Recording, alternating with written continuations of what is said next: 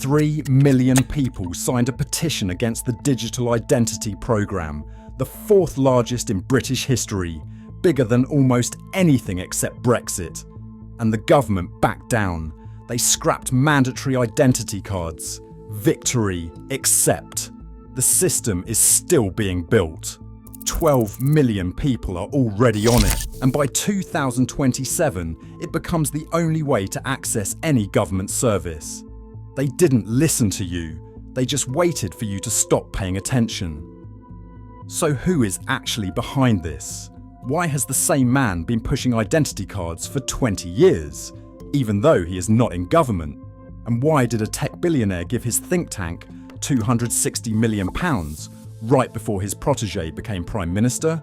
This is not conspiracy, this is documented. This is the money trail they don't want you to follow. September 2025. Keir Starmer announces that Britain is getting digital ID. He said you will not be able to work in the United Kingdom if you do not have digital ID. It is as simple as that. That was a direct quote. The Prime Minister was telling 67 million people that a digital identity card is coming and you will not have a choice. The official justification was immigration, stopping illegal workers. But here's what's interesting. 2 days before that announcement, the Tony Blair Institute published a report called Time for Digital ID. It called for exactly what Starmer announced, almost word for word. Now, if you're thinking that's coincidence, you need to understand something about Tony Blair. This is his third attempt at ID cards. In 2006, Blair tried to push through a biometric ID system for every citizen. It would have created a central database tracking every time you used it. Civil liberties groups fought it for years. It cost £250 million before being scrapped in 2010. Blair lost, but he never stopped pushing. And now his protege is Prime Minister. Funny how that works. The backlash was immediate. Within weeks, 2.98 million people signed a petition against it. Cross-party opposition, Conservatives, Lib Dems, Reform, Greens, even Labour backbenchers. In Parliament, one Member of Parliament nailed it. If the real target is people who are here illegally, why on earth do 67 million British citizens need to be dragged into a brand new compulsory database? Nobody answered that question. Big Brother Watch called it Checkpoint Britain. And faced with this pressure, the government backed down. Sort of. They announced digital ID would no longer be mandatory for right-to-work checks. Media reported it as victory. Job done. But the system itself is still being built. The 2027 deadline is still in place. They changed the label. They didn't change the plan. Before we go further, if you're finding this useful, hit subscribe. I make videos breaking down what's actually happening in Britain. No hype, just evidence. Subscribe so you don't miss the next one. Now let's talk about what they are building right now. Britain's digital ID system is not coming. It is already here. It is called gov.uk1 login. Over 12 million people have already verified their identity through it. The idea sounds reasonable. Instead of separate logins for tax, for benefits, for driving license, you have one account, one identity. But here is what they do not advertise.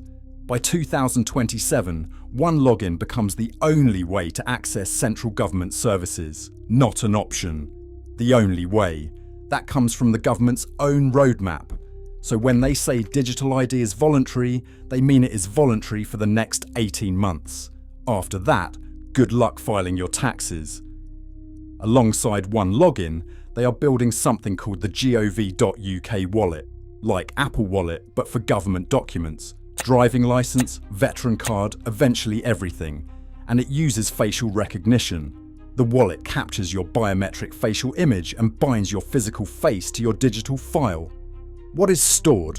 Your name, date of birth, nationality, residency status, and a biometric photo. That is not an ID card. That is a biometric profile. Now, technically, there is no law saying you must have a digital ID, but let me explain how voluntary becomes mandatory. Employers face £45,000 in fines for hiring someone without checking their right to work. When the government offers a quick digital verification system, employers use it. Why would they not?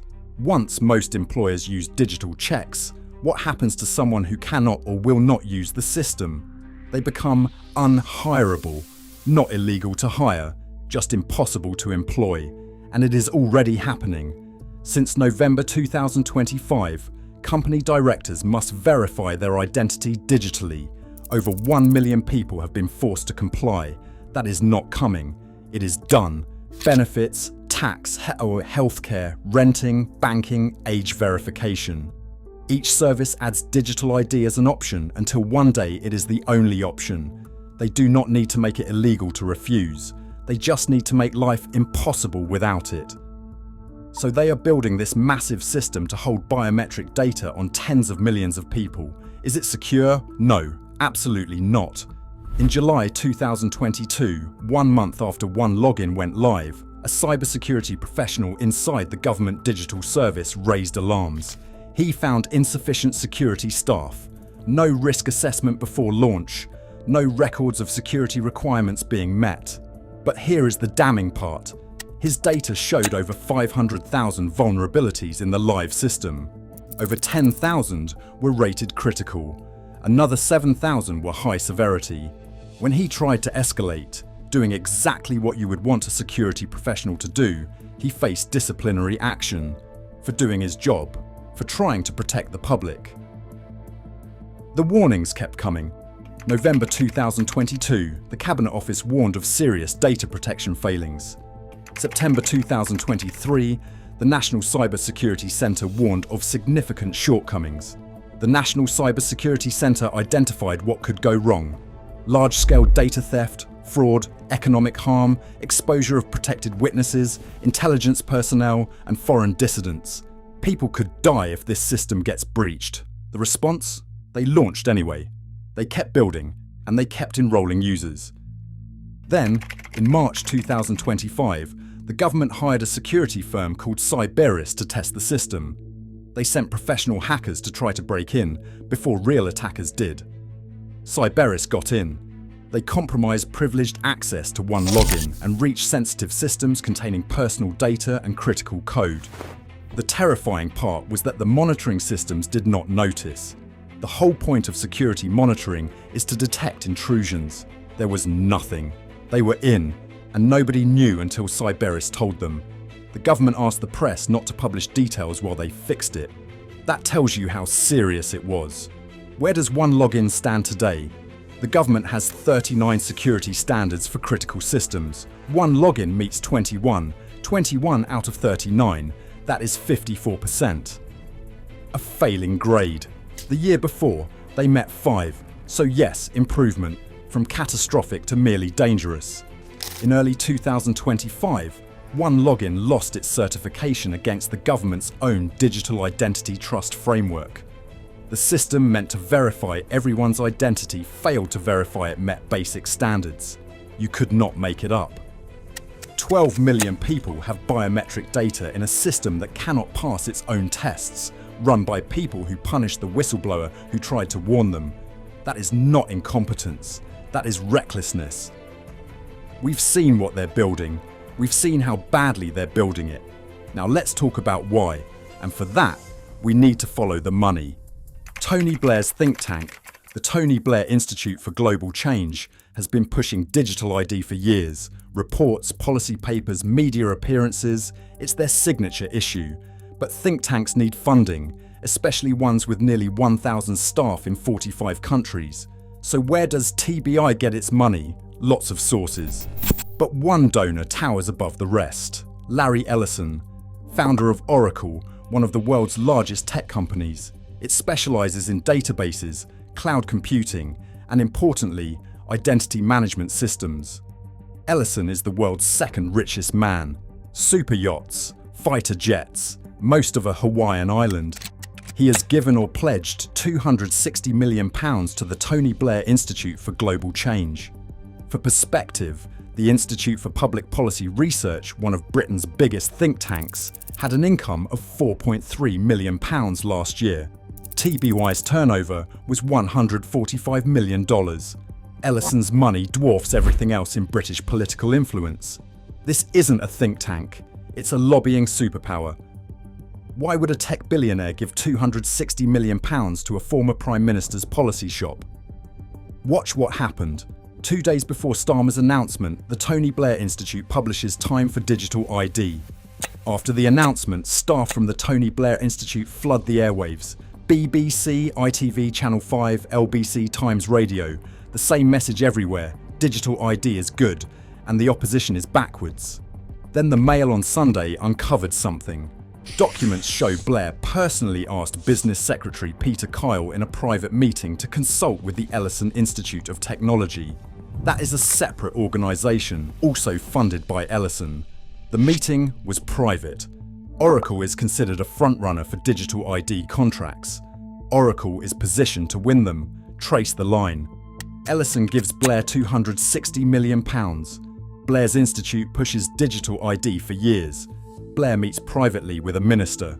The Tony Blair Institute report drops 2 days before the announcement. The government announces Digital ID Ellison's company is positioned to win contracts. Tony Blair is an undeclared lobbyist. Larry Ellison is his client, and the contracts have not even been awarded yet. But maybe this is just about efficiency, modernising services. Let me tell you what Ellison actually said. At a public event with Blair right there, he said that the NHS has an incredible amount of population data, but it is fragmented. 2 weeks later, the Tony Blair Institute published a report calling UK data fragmented and unfit for purpose. Same word, same framing, same solution. Think about what unified digital ID means. Health records, tax records, benefits history, biometric face scan, address, employment, travel, all linked, all accessible, all monetizable. Data is the raw fuel of AI. Personal data is the most valuable kind. Ellison is 80. He is obsessed with longevity. He funds research into extending human life. For a man like that, access to the NHS database, one of the largest health datasets in the world, is not just valuable, it is priceless. This was never about catching illegal workers. It is about building a data infrastructure worth billions. And the man funding the lobbying operation runs a company perfectly positioned to profit from it. Let's talk about who already has your data. The One Login privacy notice lists third parties. Experian does fraud checks. iProve processes face scans. Post Office and Yoti handle identity checks. HMRC verifies bank accounts. Your data is already flowing to private companies, companies that sell data commercially. And this is just the start. The government plans for relying parties, retailers, landlords and banks to plug into the system. They can create derived credentials from your information. Your biometric data flows through a web of private companies, government agencies and commercial data markets. You agree to it when you clicked accept on terms nobody reads. Here is what should bother you, regardless of politics. No referendum on digital ID. No manifesto commitment, no proper parliamentary debate. It came out of the blue. 3 million people objected. The response was a slight modification. When did we vote for this? But there are safeguards, you might say. Here is what civil liberties groups told Parliament. Because legislation can be changed by a simple act of Parliament, there is no durable safeguard against mission creep once the infrastructure is built. Britain has no written constitution, no entrenched rights. A future government can expand digital ID use with a simple majority vote. Healthcare, 1 vote. Education, 1 vote. Travel, why not? A digital ID system will last far beyond this government. You're not trusting Keir Starmer with your biometric data. You're trusting every Prime Minister who comes after, every Home Secretary, every government for the next 50 years. Do you trust all of them? And when this system fails, because all systems fail, who suffers? A quarter of UK adults are digitally excluded. 10% never had a passport. When the system glitches, when your face does not match, when the database errors, what happens? You can't claim benefits, you can't prove your right to work, you can't rent, you can't access services. There is no human to appeal to, no office to visit. Computer says no, computer says you don't exist. The people who suffer most will be those who can least afford lawyers to fix it. Let me leave you with this. They said they scrapped mandatory ID. But one login becomes mandatory for government services by 2027. They said it is about illegal workers. But 67 million citizens are being enrolled. They said your data is safe, but the system fails half its own security standards. They said it is voluntary. Try accessing benefits without it. Words and reality, not the same thing. Remember the timeline. 2006, Blair tries ID cards. It fails. 2010, scrapped. 2021, Blair takes £260 million from a tech billionaire. 2025, his protege announces digital ID. Backlash. He backs down. 2027, mandatory for government services. 20 years. One man, one obsession. 3 million people thought they had won, but the system is still being built. The contracts are still being awarded. The database is still growing. By the time most people notice, it will be too late. There is a line from the Parliamentary debate that stuck with me. Whether today's identity cards are stopped before they are implemented, or last a few months like 2010, or over a decade like 1939, the British people will fight them, we will stop them, and we will never give up. The question is whether enough people are paying attention, whether you are paying attention. Because right now, somewhere in Whitehall, they are building the system that will track you for the rest of your life. And they are counting on you not noticing until it is too late. Do not let them be right. If this was useful, subscribe and share it with someone who needs to see it. I will keep digging into what is actually happening in Britain. See you in the next one.